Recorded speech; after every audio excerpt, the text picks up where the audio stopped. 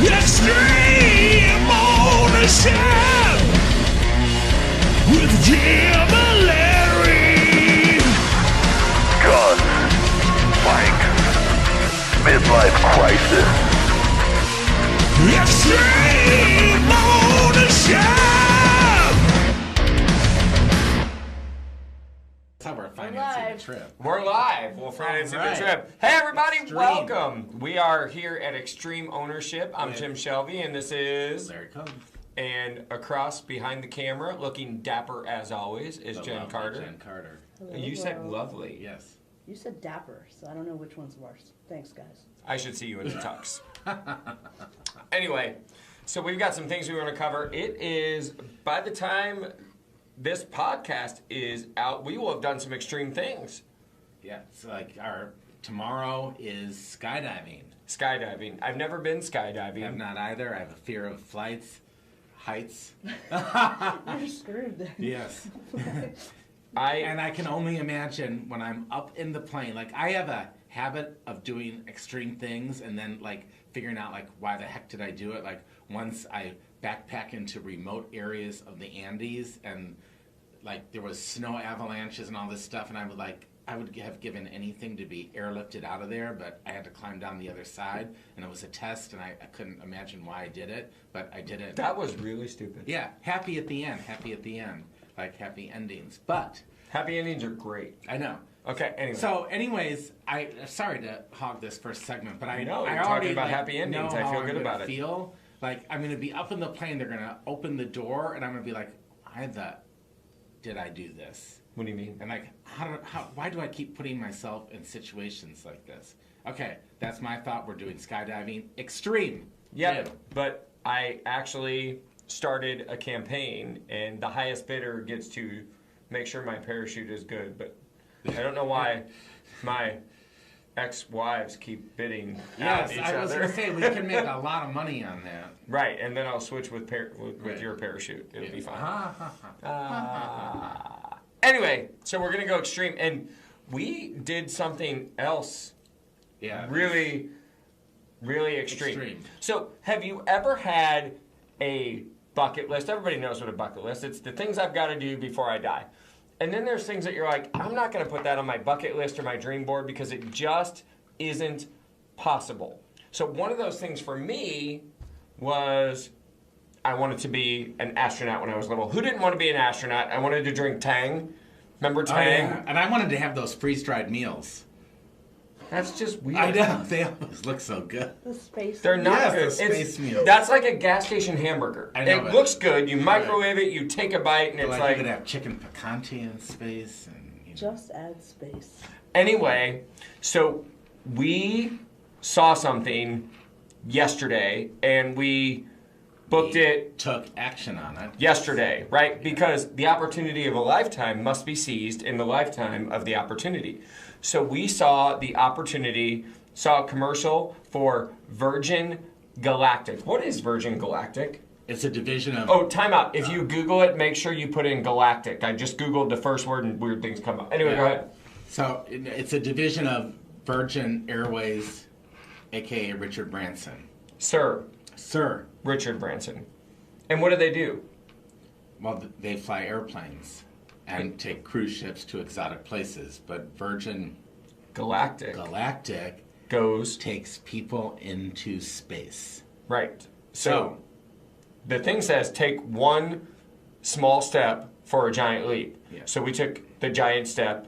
And we made reservations to go into space on our own spaceship. Well, not our own spaceship. We didn't buy it. But No, we we'll be didn't. on the... Yeah. Well, I mean, we could almost buy it. It costs $500,000 to go in, 250 as in thousands. Stop looking at me that way, Jen. You guys can't see the look I'm getting from Jen, but it's piercing. Anyway, so we thought if we're going to do a podcast called Extreme Ownership, we better be pretty freaking extreme.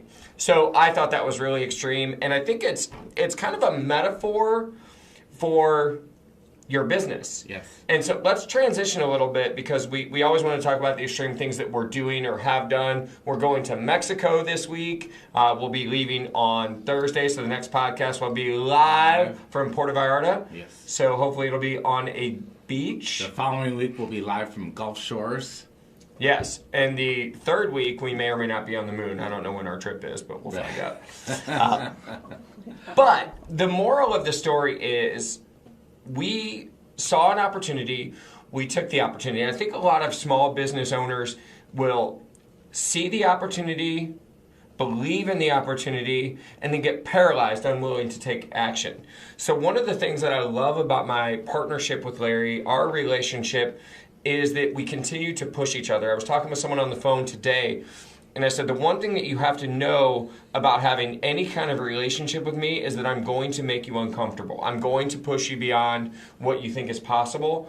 And, I invoke very strong feelings in people. They either love me or they hate me. Like, legitimately, if we put up a poll to set up my parachute, it would raise tens of thousands. It would be a problem for me. Yeah.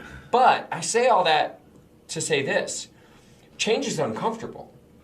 Risk is uncomfortable. But when there's a lot of risk, there's a lot of reward. And so many people are content. Like, so many people right now are content with their unemployment check. They're like, I get an extra $600. Well, what if you made $600 an hour? A lot of people look at that and go, wow, that's really good money, until you realize there's only 24 hours in a day, and you just set a cap for yourself in your life and in your business. And that's not extreme. Can I talk about that? So $600 a week or $600 a day? Everybody would choose $600 a day, but they're afraid to let go of the $600 a week to get to the $600 a day. And I get that, totally get that, and respect that point of view. But how that relates to the space trip that we just booked ourselves on is it is one small step at a time. In other words, like, you don't go, in most cases, from 600 a week to 600 a day. There are steps that are required to get there. But if you never let go of the 600 a week, you can be assured that you'll never get to the $600 a day. So we each let go of a deposit. We had to put down a deposit on our $500,000 trip last night. And I still don't feel well. That's one small step towards it. You're not going to tell us how much it And was, pardon me? You're not going to tell us what the deposit was, are you? No, but it's in the four figures, so Wow. it was significant. And then we have to keep putting down more. So one small step, one small step. So to look at $500,000 is a lot. To look at just one step here, one step there is more palatable. And then collectively, over time, it becomes the giant step or the giant leap into space. Yeah, and I remember one time. And that's like an extreme, sorry, Jim. Oh, you're go. fine. Say anyhow and then go ahead. That's fine. Anyhow. All right. I remember one time I offered. Oh, and then, no. I offered. Here, can you read this? I offered one time. No. We offered a lady. Larry was involved in this. We offered a lady a job. Significant amount of money. And okay, I'm going to be quiet. You've just tuned in. Yeah. If you've Extreme. just tuned in, extreme ownership. Okay. Jim. But no, we offered a lady a job making $3,000 a month, and she said, "Will you report the income?" And I said, yes, "Well, I yes, remember it's a job." And she goes, "I can't accept." And I said, "Why?" And she said, "Because it'll impact my Social Security." I said, she got Social Security disability. I said, "How much is your Social Security disability?" She said, $634 a month.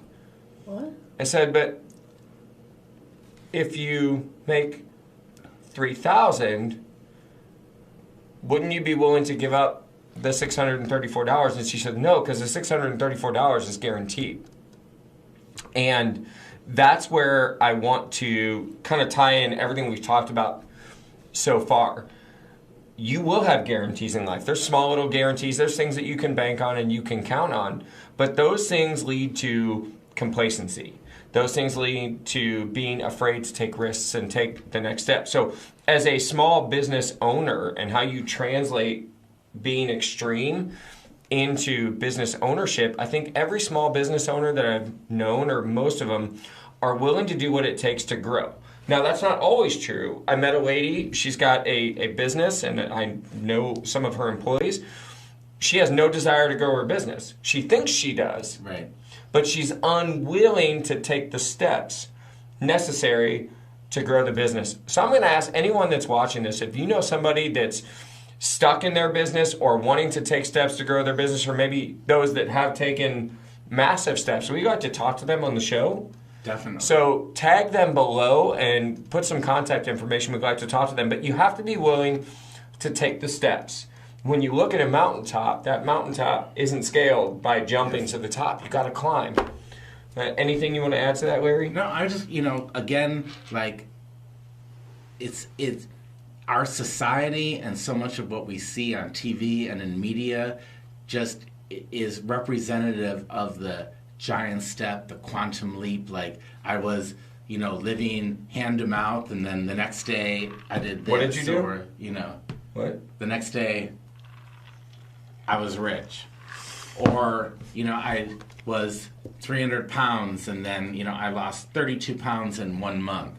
And those things happen, but they don't happen to most of us. And what happens is we take score in our lives and compare ourselves to some of these, the media sensation that we see, and we oftentimes, or almost all the time, fall short of that. And what I just want to encourage people to consider that are listening to this is that a small step, a small step, a small step, a small step, a small step, a small step, a small step, small step equals a large step.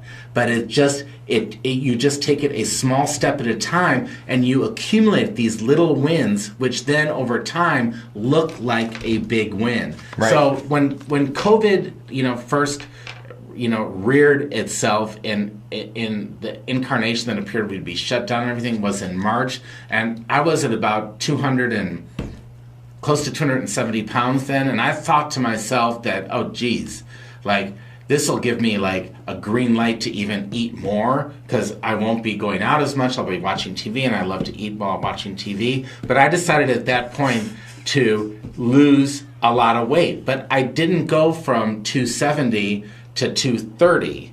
I went from 270 to 269. Guess what? No one noticed. 269 to 268, no one noticed. But it was hard for me, but no one noticed. Now, just recently, now I'm down into the mid 230s, so I've lost 30 plus pounds during COVID. But what I'm saying about this is it was 1 pound at a time. Right. And no one notices the 1 pound at a time, but now they notice. So if you apply that into your life, that is what I call extreme.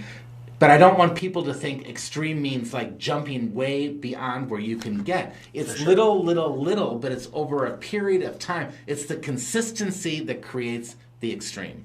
Yeah, I used to weigh 352 pounds, and I lost 170 pounds in 6 months, and everybody was shocked. Doing weight loss. And that we should. Jeez, we just go ahead and hit stop, and we're going to switch. Yeah. Welcome with the Jim and Larry Weight Right. Loss Podcast. All right. I mean, actually, we used to not fit on the screen. Yeah. So that's why we have to do a split screen now. Right. 'Cause- Anyway, so the moral of the story is when I talk to people that I hadn't seen, because when you don't see people for 6 months and they see you, they're like, oh my God, what'd you do? Right. And I got to the point where I wouldn't answer them anymore because they weren't satisfied with diet and exercise. Yes. When you just tell them you worked hard. That's so true. The same thing happened to me. Like, what was the plan? Like, just eating less and exercising more, and like I didn't read a book or take a pill or. Right. You just you have to work hard. Right. I knew somebody that quit smoking. They've since started smoking again, but they quit smoking and they said, quitting smoking is the easiest thing to do. You stop buying cigarettes and you stop putting them in your mouth. But if you're not really committed, then you'll always start again. That's if you don't have the willpower, the stick-to-itiveness to be there, it's always going to happen. That's why people gain weight, lose weight, gain weight, lose weight. It's all part of the journey. Only the extreme people, only the really dedicated people can do it and stay with it. Anything else you want to add to that before we move on to the No, next let's topic? move on. All right, Let's go. perfect. So we're gonna come back here in just a minute. We're gonna hear from our sponsors, and we're gonna come back. We've got a fantastic guest in the studio. We're talking about the small business spotlight, those doing things, taking steps, quantum leaps, Yes. if you will, from where they are to where they need to be. Stay with us in just a couple of minutes. We're going to be right back here with Mr. Vic Porcelli. Denali delivers. Here's how it works. Make a list of what you need. We source from Home Depot or the hardware store of your choice. Text the list to 314-499-2992 to start your order. Then Denali delivers your order on the scheduled delivery date. Denali. All right, so here we go. Welcome back to Extreme Ownership with Jim and Larry. I'm going to go ahead and turn my phone down. Apologize Turn your about that. phone down, Jim. Don't tell me what to do. I don't know how to do it. Oh, there it is. So we're here today in a segment that I call the Business Spotlight. And the reason why I wanted to invite this gentleman here, and Vic, is because I was talking with Jen, our creative director, earlier. She's actually in the room. Hello. And she said something that really made me think of Vic Porcelli. And what she said was her grandfather started a restaurant. It was on the hill. And she asked, do you call him Grandpa or Grandpa. what'd you call him? Grandpa. Grandpa. She said, Grandpa, why did you start, or what made you start a restaurant? Or can you just regurgitate? I know you're not on camera. He was telling me how he had no restaurant experience. No But restaurant he experience. started this restaurant. And he started a I restaurant. Said, Grandpa, how did you start a restaurant when you didn't know anything about restaurateuring? And he just looked at me. And cupped his hands. And cups his hands as we look over his rack of lamb that he had made. And he goes, big balls. Right. But that's what it takes. So, Vic, I'm going to be real and brutal and honest with you and talk about it. You've been fired from some really good gigs. Hold on. I'd rather use a different word. Okay? Because I wasn't fired for anything I did. Right. They were all layoffs because of Oh. iHeartRadio let go of 1,000 people the day they let me go. CBS let go of 200 people across the country the day they let me go. So it's been that kind of a thing. The River, they just changed the format, changed the station, changed everything, and fired everybody. You know. So I try not to use the word fire as much as let go. Yes. Right. It's me. It's not you. Yeah. It's not you, it's me. It's not you. It's I me. invented it's not you, it's me. Okay. Right. My But no, mistake. so let me talk really about that, because whether you're let go or you're fired, you had an uprooting, life-altering experience many times. And unlike situations where most people get let go, yours was very public. Yeah. Right? You were let go from a radio station where you essentially were the radio station. The River, that was you, right? That you built the brand. Porcelli's Deli is iconic. People still look for Porcelli's Deli. Like they look for a pastrami sandwich or something. They think it's a physical location because of the brand recognition. And I'm not joking. Like people hear that and they go, I ate there one time. I'm like, And the food was great. no, you didn't. And they're like, no, I really did. Do you get that a lot?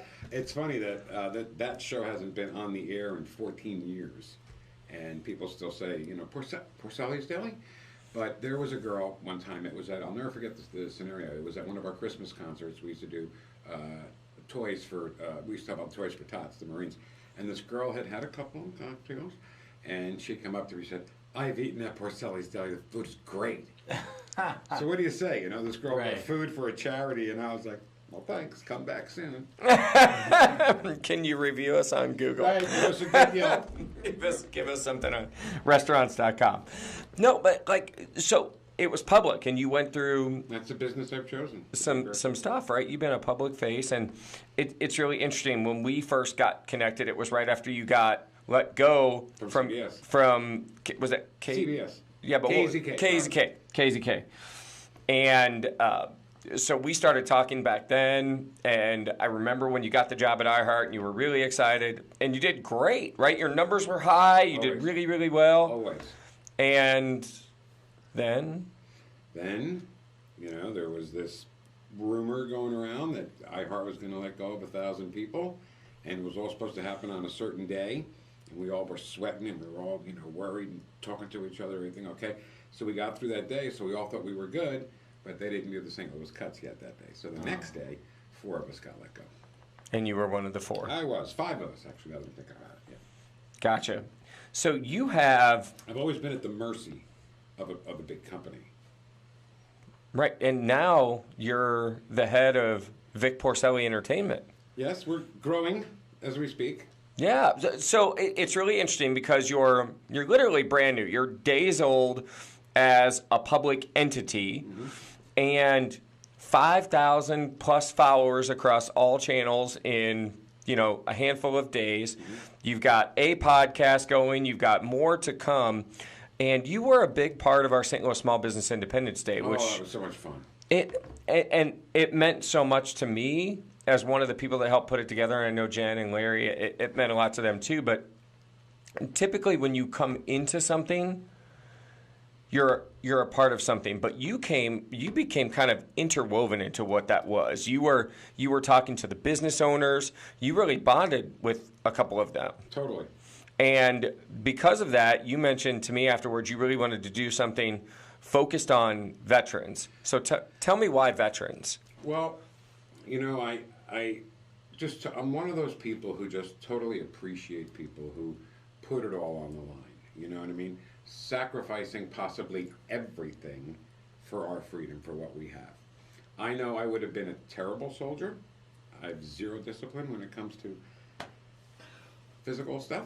And I know what it takes to be a soldier just by watching and listening to people. My dad fought in World War II. He was part of the Normandy invasion, believe it or not. Wow. On Omaha Beach. He wasn't at first wave, but he drove a tank. So, did you ever see Saving Private Ryan? Yes. After that bloody 20 minutes, they show a long shot of a battleship, and there's tanks coming out of it onto planks. That's what he drove the tanks onto Omaha Beach. Really? So, knowing that, and, I have so many friends who have served and everything, and just because I haven't, at the very least, if I'm a quick trip or something, if the guy, those old timers wear the World War II hats, the Korean War vest hat, and I'll, at the very least, say thanks for serving. If I see what they're going to get, a cup of coffee, I like to buy them a cup of coffee, because they've done what I couldn't do, and defended our country and defended the freedoms that we have, and I just respect them and revere them and admire them, and I always will. Yeah. So you're a guest on Extreme Ownership, right? And Am I not being extreme enough? No, you are. You are. But I'm gonna mention something, and I really want your honest take on it, because what you just said in today's climate is not necessarily a popular opinion. Well, I think we all. I think we all appreciate the veterans no matter where we sit on the political fence. And I think that people know what kind of sacrifices, what kind of things people go to that are in the military. And I think that'll never go away. And it shouldn't be a political statement to thank somebody for serving our country. Right. Absolutely. Agreed. No, I agree completely, and that's why I wanted to address it. Now, your voice, Vic, carries a lot of weight in St. Louis. It's interesting, and again, it's a lot of name recognition. But I mentioned your name, and I'm like, why do I know that name? There's a lot of that, and people now have an opportunity to bring you to them for different events. So can you just share with us kind of some of your specialties, expertise, what you're interested in doing right now? Well, certainly any kind of or organization, if they need a voice, I'm certainly capable of that. Appearances, grand openings, trivia nights, which you've seen me do some trivia nights. He's really great when things completely fall apart. Vic is great at pulling them together. And it didn't fall apart. We had a little technical glitch, and Jim fixed that up, and we went on. But anything that uses my voice more than anything to help out a business, I'm there, especially. And I don't want to say a veteran's business is more important than anybody else's business, but I have this affinity for veterans. If I can do something to help them, I'd love to do that. Yeah, and I know that the first, and we can't share any of them yet because this is all brand new information. I know you'll release it soon, but some of your first sponsors for your podcast are veterans, and I know that's really important to you. So I'm excited to see the next podcast. What is the podcast that's already up and running? Let's talk about that. What's the name of it? That's called Coffee with Vic, with Jen Carter, and also with Becca Price. We're probably going to swap out an ex-core team member for the first 5 episodes or something, and then we'll bring on some special guests. Okay. Yeah, but Jen is a constant. Oh, yeah. Once you catch Jen, you have that for life. I have to switch boards. Jen's really good at it. She's funny and she's sharp and She's very witty. funny part, yeah. But I also, today we talked about pets, because this whole pandemic thing has made us find different interests and do different things and find out how to entertain ourselves. And so my wife got us into fish.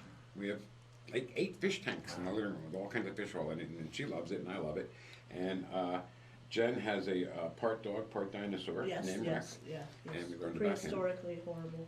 So stuff like that. It's nothing political whatsoever. It is a zero political show, and it's just about different topics, and we do it at 9 o'clock on a Friday when everybody's drinking coffee. And Thursday we take advice from the Peanut Gallery, that is Vic's massive social media following, and that gives us 5 to 25 things to touch on that people personally requested. Which is great. I love to be able to handle a topic that people pick. How do people get in touch with you to submit that topic? They would go to my Facebook page, Vic Porcelli, right? Yeah, Vic Porcelli Entertainment. Oh, Vic Porcelli Entertainment on Facebook, and put it on there. Je ne sais quoi can also take some requests on her. Absolutely. Every week, probably Thursday or Wednesday prior to the episode, we will post a preview and ask for topics that may be geared in one or other particular direction. Yeah. And we'll read through those comments during the broadcast once we're done chit-chatting over the things that we wanted to talk about. Okay. Right. I have a question for Vic. Yeah. I don't know if this gentleman was before your time, but you mentioned about serving and giving back, and there is one George man, Washington, right about his time. That doesn't even make sense, Mr. Winkle. But there's one man that I've really admired in St. Louis radio history and broadcasting history. Can I guess? Yes. Paul Arca? No. Okay. Bob Hyland. Oh my God! Yes, of course. Did you ever meet him? No, never Okay. met him. Never got to work with him. Yeah. I came here in 1993, and of course he was, 60s, 70s Camo X. And, Right. The guy that everybody just loved to be around and loved to work for and loved to be with. And he gave so much to the St. Louis community. He was Yes, a he real did. leader. Yeah. And I like that kind of thing. I like to be able to help out. I met Alvarez, is his last name, Sam? Yes, Sam. with Drive On Motorsport. Yeah. Sam Alvarez, right here. He was sitting right here, and I was sitting here. And he told me about his non-profit, which takes veterans and teaches them how to build a car from the bottom up, a race car, And then they get to drive it really fast. no matter how bad their injuries are. Right. If they don't have legs, well, figure out how you can drive the race car at 150 miles an hour. That's such a great confidence building thing. And he was so humble and so great. And He he's is. a veteran. Yeah, and he suffers from PTSD, and that was why he started it. So Sam's a great guy. I know we're running short on time, so I wanted to do this in 2 parts. One is a highlight, a spotlight, give you an opportunity to talk about what you're doing. But the other is I want to ask you, Jen's grandfather did it because he had big balls, his words, right? But you have been a radio guy. You are a radio guy. From a young age, you wanted to be a radio guy. And I don't think you don't want to be a radio guy, but I think you're really focused on what you're trying to do now, which is to be a voice in a different arena. And if a radio job comes along, great. But until then, or I don't want to put words in your mouth. What is your goal with your company, and why did you do it in the middle of a pandemic? Well, you actually taught me that during a pandemic, during the worst of times, is the time to really switch gears, pivot, and do something different. You told me the story about the farmers market that doubled their income during the pandemic by being very adventurous and very innovative in what they were doing. So why can't I? Stole that from you. Right, that was me first. Don't. I'm sorry. I Don't- filtered it to Jim. He stole that story from you? Yes. And he stole it from the Business Journal. You thief. But here's the thing. Radio is what I've done, let's say that, for 37 years, you know. But what is radio? Radio is doing what I'm doing. It's sitting behind a microphone. You know what I mean? I mean, this thing right here was what I put on the earth to do, was to talk Right. into a radio, into a microphone. So whether it's radio, whether it's this, you know, this I want to grow, so I don't have to look back and get back into radio, because again, I'm at the mercy of a big company. You know, you just mentioned my ratings that at the station I was at last. You know, there are, I don't know, 25, 30 stations in St. Louis. Mine was top 5 every time, quarterly. They release ratings quarterly. Every time my show was top 5, and even higher lots of times. And I was the one they decided to let go. So where is your job security at all in that industry? You know? Well, it isn't. So let's do it ourselves. Yes. I don't have to worry. I don't have to rely on anybody. I don't have to depend on anybody. It's just us. You know, Larry and I actually met in a company where we would do public speaking engagements all the time. And one of the stories that I loved to tell as we were closing I know what story out, this is. as we were closing out these speaking engagements, was the story of the realtor. And the realtor was this hardworking gal, and she came in early every day, stayed late. She was there. She got there when it was dark. She left when it was dark. And one day, her broker, the boss, came in, and the boss came up and they talked to her, and he said, you know, you're doing a really, really, really amazing job. I want to show you something tomorrow. Let's go to lunch. So lunchtime comes. She hops in the car. They drive for about an hour. They're out over the bluffs overlooking the ocean, and they pull up in a big circle drive, and there's a giant house there and just incredible views. And he looks at her and he says, you know, if you keep doing what you're doing, working the way that you're working so hard every day, putting all you've got into it, one day everything you see here will be mine. And That's the truth. the moral of the story is, and this is what I say to small business owners, and let me just be clear. When you work with a small business, you are part of the family in almost every case. So this example doesn't apply to you, but it does apply to big business. And the example I always would say at the end after that story is, remember, your name is always on the business. If it's not the name on the sign, it's the name on the doormat that the executives wipe their feet on every time they walk in.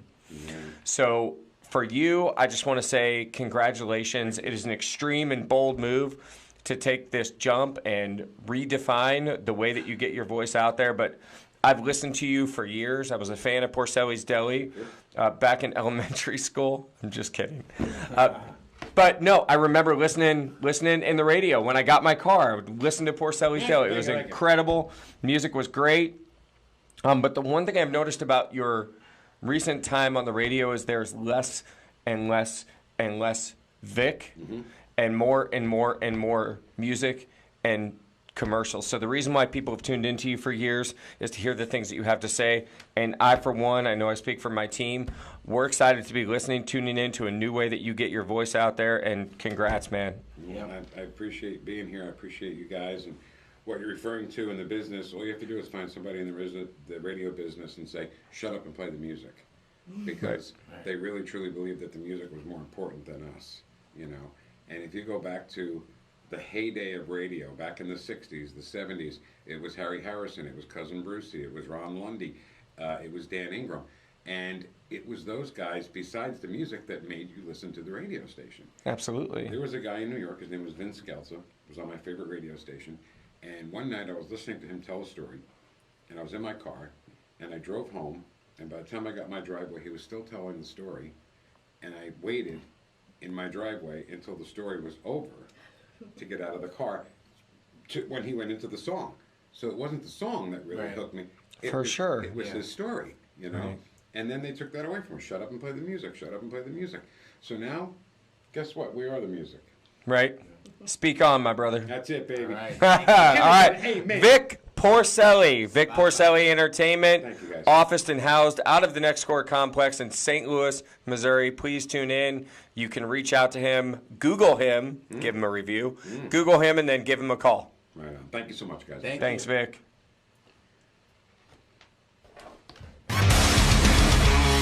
Extreme ownership with Jim and Larry. Guns, bikes, midlife crisis with small business vices. Extreme ownership. We all know there is no city quite like St. Louis. Revitalize was founded to be the champion it deserves. Our mission is to promote and strengthen revitalization efforts for the city of St. Louis through public education, civic engagement, and community events. By working together, we can make St. Louis a place where innovation and history walk hand in hand. To learn more, sign up for the Revitalize mailing list on our website or become a member and receive exclusive access to Revitalize's online community and special events. Spring into action today and become an integral member in revitalizing St. Louis. All right, and we're back. We are back. Jen Carter just came up with the best slogan of all time, and we can't tell you. However, You can email us. you can email us at, I can't believe she just said that, at thenextcore.com. No, she said better cities. Okay, anyway. So we're going to talk about St. Louis and why it is the best city on the planet. My favorite subject. So I was born in Chicago. I had no relatives in St. Louis. Never been to St. Louis, but when I was 8 years old, 7 years old, started leaving notes to my mom that I was running away to St. Louis. When I was 11, I started getting the St. Louis Post-Dispatch, and for those that remember, the St. Louis Globe-Democrat. My parents thought I was crazy. Finally, when I turned like 14 or 15, they took me here to shatter my dreams. But I loved it more and ended up moving here. And just like some people want to go to Paris or Hollywood, like my whole goal was to get to St. Louis. So I have arrived. Anyways, one of the things I love about St. Louis is its history and just some of the people that lived here were so incredible. I want to talk for a second about the immigrant home in St. Louis that was built in the 1850s by John Mullanphy. He was the first millionaire Irish businessman in St. Louis, and his dad had been mayor of St. Louis. And is there a problem? No. Oh, okay, great. So She just thinks your segment is a little boring. I'm trying to get the. We're gonna play the video that we recorded Yeah. in front of the. Yes. yeah. So, anyways, I took Jim down there and Jen, and we were down at the house. It's still there. It's boarded up, but we were able to like put our hands in through the cracks of the windows. And Yeah, it was really- Didn't we feel like It was there crazy. yeah, it was a hot day, right. and like you could pull back a little bit, and like this cool Spirits, yes. air, like but There it was was a- really, it was a little bit overwhelming. So how that relates to this show is, imagine, people back in the 1800s or any people coming to a new country, a new city, and living in a home with all these other people that left whatever it was behind. Like Jim was saying before, they left that $600 a week paycheck or whatever, $600 a month paycheck. They left what they knew behind. They came to a new place because their hope for a better life was more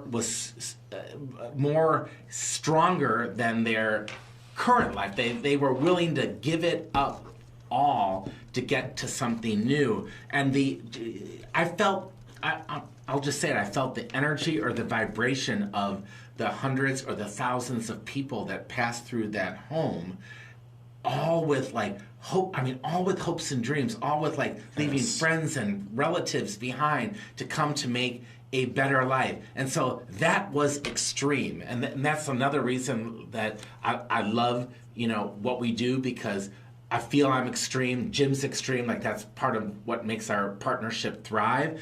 But like, on the other hand, like, that's what other people would say. Like probably people back in Ireland or Germany or whatever country these people came from, they said it might have been extreme, but to the people who came, it was like normal for them because they had to do it. So I don't feel that I'm extreme.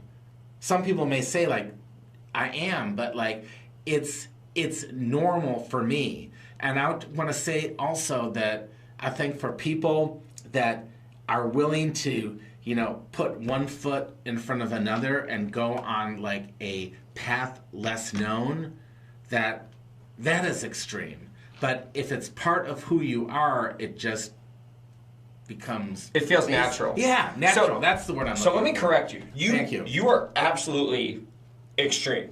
You're extreme in your beliefs. You're extreme in your philosophies. I've seen you bend metal with your throat. I've known about you walking on broken glass and fire and coals, and I've seen you do amazing things, and I've known about amazing things that you've done, and those are extreme.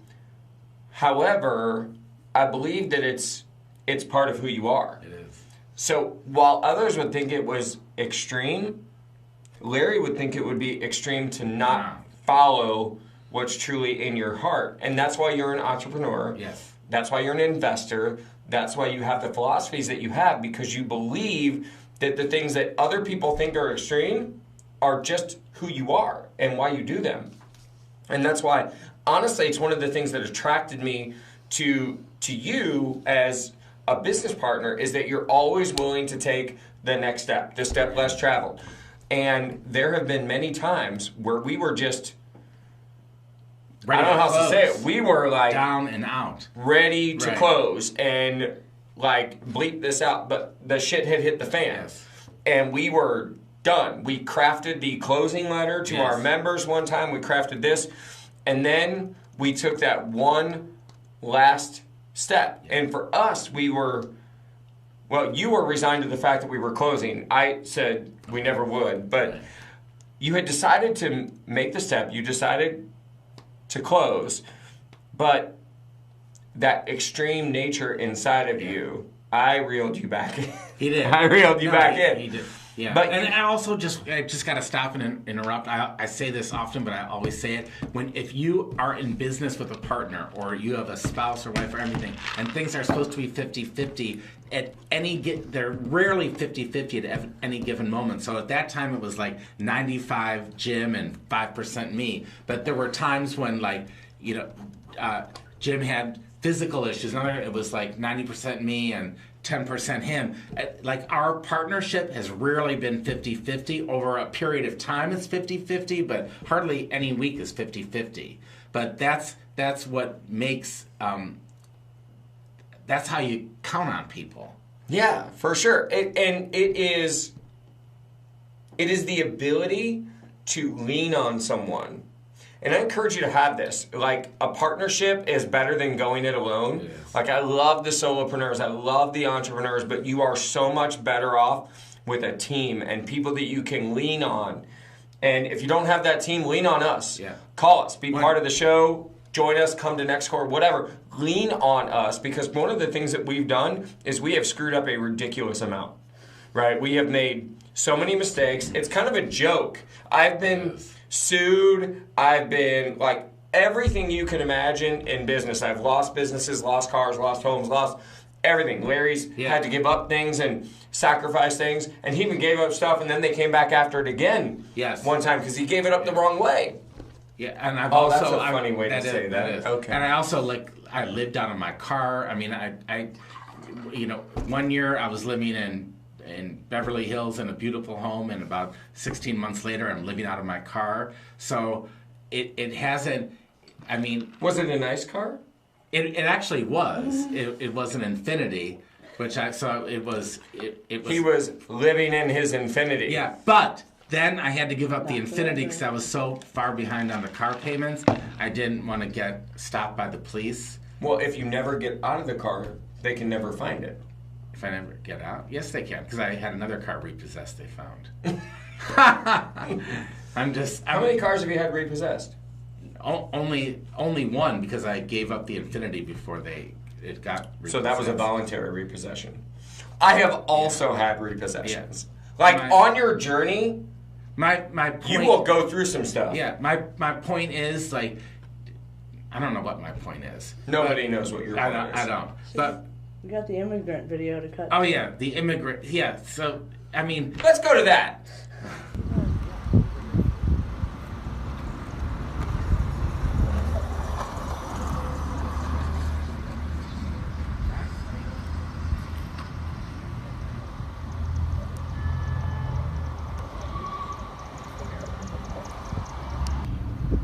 Hey everybody, it's Jim Shelby and my business partner Larry Cohn. Where are we, Larry? What's the name of this place? this place is called the Mullanphy Immigrant Home. It's hard to describe this unless you're here, but there's an energy about the building. And Larry shared with me the story of how people from all over the world, different backgrounds, different nations, different ethnicities, came here. This is the first immigrant house built west of the Mississippi River. And I got to tell you, just like looking around the building, feeling the building, there's an energy here. So tell us a little bit more about the story. Yeah, so first of all, as a small business owner, our imagination is so important in the creation of whatever our business is. So I just would like you, the viewer, to use your imagination right now, and I want to take you back to the mid-1800s when this house was first built, and people from Italy and Germany and Ireland and like dozens of countries all came to St. Louis under the generosity of John Mullanphy, who was a mayor of St. Louis, and by the way, the son of the first Irish millionaire in St. Louis. And he built this home to welcome people to St. Louis. So just imagine all the hopes and all the dreams that lay inside this building. And I'm telling you, like, Jim and I are standing here on the street and we can feel like the energy. There's a certain like feeling in the air that's coming out, and I know that, you know, I don't know if we want to call it a spirit or something, but for me, like, I just feel the hopes and the dreams and the aspirations of all those that came to a new land seeking something better. So this house was built in the mid-1800s, and Mullanphy in his will dedicated money to keep this house going, you know, for a lifetime, or whatever that lifetime means. But the point of the story is after 29 years, I believe it was 1879, the city closed down the immigrant home, and they used Mullanphy's money to take immigrants and then, you know, house them in certain apartments or certain places scattered throughout the city. So what is cool about this is here is the concentration of people that came to America seeking something better, and I think that's why the energy is so abundant here. Yeah, it's very palpable. You can feel it. It was weird. I reached inside the window, and you can see the original glass all painted over. Yeah, we're on 14th Street in West Florissant in North St. Louis. If you just have an opportunity, drive by and just park and just look at it and just feel the energy of the dreams and the hopes, which I know all of us, whether you're a small business owner or not, all of us probably have more than ever right now, more dreams and more hopes, because when we live in a world that's so set with contrast right now, you know, that the contrast, however unwanted it is, always births something of greater value, meaning we now have more hopes and more desire. So Jim and I just thought it was fitting that we come to the immigrant home that was filled with the desires and the dreams, and also just, you know, look back at some of the generosity of lots of St. Louisans like Mullanphy. Extreme ownership with Jim and Larry. Guns, spikes, midlife crisis with small business vices. Extreme ownership. Rocket launch, back to you. Rocket launch! Back to us. Is that what you really said? Rocket launch? And Because I added a rocket to the end of your Nice. video to because we're going to the moon? hoist you guys into, Well- not the moon. No, space. space. Yeah. Space. Yeah. I've really A lot of really amenities always up wanted to there. go to Uranus. That's a lot more than 250K. Well, unless you go to the fudge place off 44. Yes. Uranus Fudge Factory. Right. They pack them in. We did stop there once expecting something else. Yeah, it was really, No. I was really disappointed. It was kind of a family place. Right. Not at all what I had hoped for. Right. However, 9 miles down the road. Anyway, we are back. So before, In other words, one like, small step at a time, you'll get your journey. If it ain't Uranus, keep going. You did. Anyway, we're going to go back. This is where things went downhill. I don't really like when things go down this quickly. I think you need to be slower on the go down. Yes. Anyway. Why I I take mean, you're my at blue the pills. 30-minute mark, so. I don't know what you mean. Anyway, so we had talked about the immigrant house, and we've now played the video. I want to tell you, it was a humbling place to walk into, like all kidding aside, to just know what it took for those people to get here. And some of them, from where they came, I mean, they had to cross the Mississippi, like in some of the stories we've talked about, in times when it wasn't really easy to do that. Exactly. So I feel like it's always good to take a step back, look at yourself, and realize that what you're doing right now isn't all that hard. You just have to bury your head and do it. Now, rest assured, it's probably the hardest thing you've ever done to do it and do it right. But compared to life and death situations, it's not really a big deal. I was talking to, I want to share one other thing and then I'll come back to you. I was talking to someone the other day about a situation they were facing and something someone had said to you. And I can't remember if it was a movie or a comedian or a speaker or something, but they talked about they're walking down the street and the person across the street looked at him and said, "I hate you, I wish you'd die," and then just kept walking. And when you hear something like that, it's kind of, oh, okay, and you just kind of laugh. But what if you walked in and that was your mom Exactly. saying that to you, right? It's different considering the source. So when we're going through these challenges where people are like, your idea's stupid, your business isn't viable, this, that, whatever they say, remember that they're not the ones taking care of you. They're not the ones that gave birth to you and are planning to support you. They're just the naysayers. And you're going to have a ton of those in your life, and you have to get over it, get past it.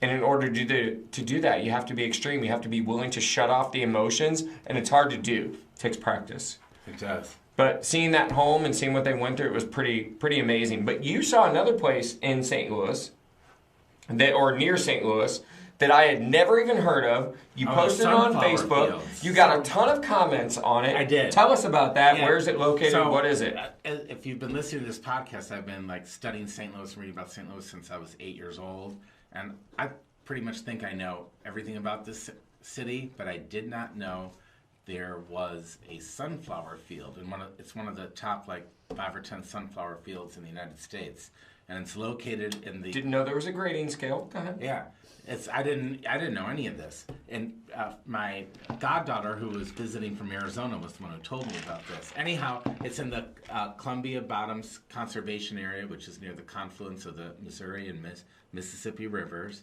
and we went there a few days ago, and it was absolutely incredible. What's so funny? I was gonna say for some of our guests, explain what confluence is. Oh, it's the intersect or the meeting of the two largest waterways. Like the meeting of the waters? Yes. Cue that video next time. Anyway, go ahead. Okay, so we went to the sunflower fields, and I didn't know that sunflowers attract butterflies, but there were lots of butterflies there, and the sunflowers were, taller than me, and not many people are taller than me. So it was really cool to meander along the paths and get lost in the sunflowers. And you took, speaking of kids, sidebar. Yeah. Tell me about your kid excursion. How many kids did so you have sole I custody had of? kids, people anyway. He had a herd. I had 8 kids that were with me for 2-3 days that I was just their responsible guardian. One of them was my child, Yeah. and in true responsible fashion, I went out 3 days in a row. Larry had them all. I mean, did nothing. seven were mine and 1 was his. So, I figured I missed him during that time, but I had a blast. it was quite an experience. 8 kids. I didn't get much sleep, but anyways, we did do the sunflower fields, and 8 kids did come out, so that's good. Because I'm 6'2", and I got lost in the field. Some of the kids are just 5 and 6 years old, so we managed to. But I thought you had them all on ropes. No. Put tall flags on them. We managed Good. we managed to do it. But if you haven't been, check it out. Sunflower fields in the Columbia Bottoms Conservation Area. All right. So It's time for a quote. it's time for a quote. Can I share a quote that I think seems You fitting? sound like the guy from Saturday Night Live. I am. Deep Jack Thoughts Handy. by Jack Handy. Deep Thoughts by Larry Cohn. My name is Larry Cohn, and I've had deep thoughts. What are they, Larry? Thanks for asking, Jim. Are you going to say the quote? Yeah. Oh, Okay. sorry. So Okay. we talked about going to space. We talked about one small step at a time. We talked about losing weight. It's one pound at a time. We talked about a lot of things that in the end seem extreme, but in the middle of it aren't very extreme because you're taking it step by step by step. Here's the quote. A happy life is just a string of happy moments, but most people miss the happy moments because they're so busy trying to get a happy life. I love that quote. And it represents what we talked about today. Just take it a little, and all of a sudden it becomes big. Be happy now. Find something to be happy about now. Just be happy now. Be a little happier now. Just find something you can be happy about now. It may not be the best happiness you've ever had, just something. And then a couple minutes from now, just find something to be happy about. Maybe it's the breeze from the window, just something to be happy about. And before you know it, you've strung together a series of happy moments versus looking for the happy life. That's my thought. I do like that quote. Yeah, I love it. I love it. And you know, when I was living out of my car, that's one of the quotes that kept me going because I knew that I didn't have a happy life, but I could find a happy moment. I could, you know, it was fall. I could look at the colors of the trees. I could always find a happy moment. And I just had to string together happy moments. And then I became happy. That's the quote. That sounds great. It really is. I'm telling you, kids, he may make fun of it, and I know he's not making fun of it, but it's just look for something to be happy about just now. Just now. It's fine. What can we expect next week, and how do you want to wrap? Well, so there's a couple things that I want to do. We are getting our feet wet a little bit in this podcast, and we want to have some fun. So as we were sitting here, I was jotting down a few things. So what if we added a segment? I guess we're going to have to since I'm talking about it. But try something new. KNEW. Oh, yeah. Try something new. Something we didn't know about in St. Louis or somewhere. So here's what I'm going to ask. If you have a place in St. Louis, if you're a business owner in St. Louis and you want us to come try it, check it out, see it, do it, tag us below. And in the next week, in between trips, vacations, parachuting, jumping out of airplanes, landing on the moon, and coming here and visiting visiting Uranus with Larry, we will come try something new with you. We will. Right? And then Wash your hands first, please. wash your hands. Hold me. Hold me. Anyway, So how do they get in touch with us? How would they? you know, we're just like, we're the beautiful faces on the camera, and if you're listening on the audio. So, Jen, how would they get in touch with us? They could call 314-635-0500. And ask for who? Larry? Oh, good. Jen? Becca? Ask for Jen. Jen's your man. Anyway, but yeah, reach out to us. You can also comment, message us on Facebook. The Extreme Ownership Podcast is how you reach us, so feel free to do that. And then, so next week, you can expect the first ever off-site, bridged in, on location, international Extreme Ownership Podcast. Where will we be again? Puerto Vallarta. That's where I think we'll be, but who knows? Who knows? Mexican prison. That'd be awesome. That would be... That's assuming we make it out of the parachute tomorrow. Right. Otherwise, we might be at St. Luke's. But Tandem jumping is very safe. I'm willing to bet if we don't make it out of the jump, we won't be at St. Luke's. Yeah. You might be at St. John's. No. I bet No, we'll be at St. Festus Barry. Memorial. Yeah. Festus Memorial Hospital. We'll be in the little case that stays cold.